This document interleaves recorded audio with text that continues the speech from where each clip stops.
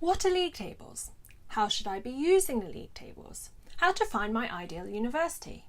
You want to attend the best university you possibly can, get the best outcome from your university experience to go into work, but how do you use the league tables to do this? Stick around, as that's what we'll be addressing today.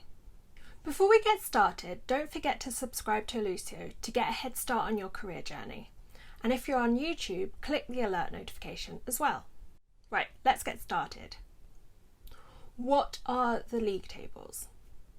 League tables are a way for places such as newspapers to rank universities. I don't actually know why they do this. Perhaps it's more to sell papers, but they do. And I'll just state here that we're going to focus on national league tables that rank every university in the UK, rather than the international tables which rank top universities. If you want to find out what these league tables are, I've linked to them below. So let's look at what they measure. Common themes include the proportion of graduates with good degrees, that's those that graduate with either a 2-1 or a first. Entry standards, the average number of UCAS points students at the university had on entry. This is a good indicator, as it gives you an idea of whether or not you'd be accepted as well. Student-staff ratio, how many students there are to each member of staff. University research, this is also a good indicator to look at if you'd like to continue with education and research after being an undergrad.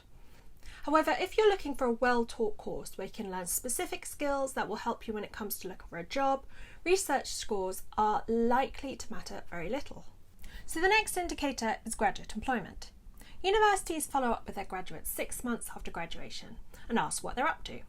It can give you an indication of how well your university is received by employers or how well the university set you up for employment. But do remember that some subjects offer better employment prospects than others. So it's university specific and subject specific. And finally, subjects. As well as overall ranking for a university, you'll also find ratings for different subject areas such as biological sciences or art and design. These can be a more useful assessment of what you are likely to encounter as a student and which university might be best for your subject and hence which universities to choose. So that's what league tables tell you. Now let's look at what they don't tell you. Student life. How well is the town or the city going to offer you what you want from your student experience? What modules does your course offer and other ins and outs? Is there any opportunity to study abroad or have a year in industry? Assessment. How are you going to be evaluated? If you're someone that thrives in exams, you might well prefer to choose a university and a course that assesses only by exams. Or you might want to take an all-coursework route. Pick a course that plays to your strengths. And league tables don't tell the whole story. A small difference in a score can make a big difference in the placement on the league table. That's why they fluctuate so much year on year. So also remember to look at university prospectuses, understand what you want from your university experience, and finally get out there and visit them. Any more questions, then please pop them in the comments below and we'll be more than happy to answer them. Good luck!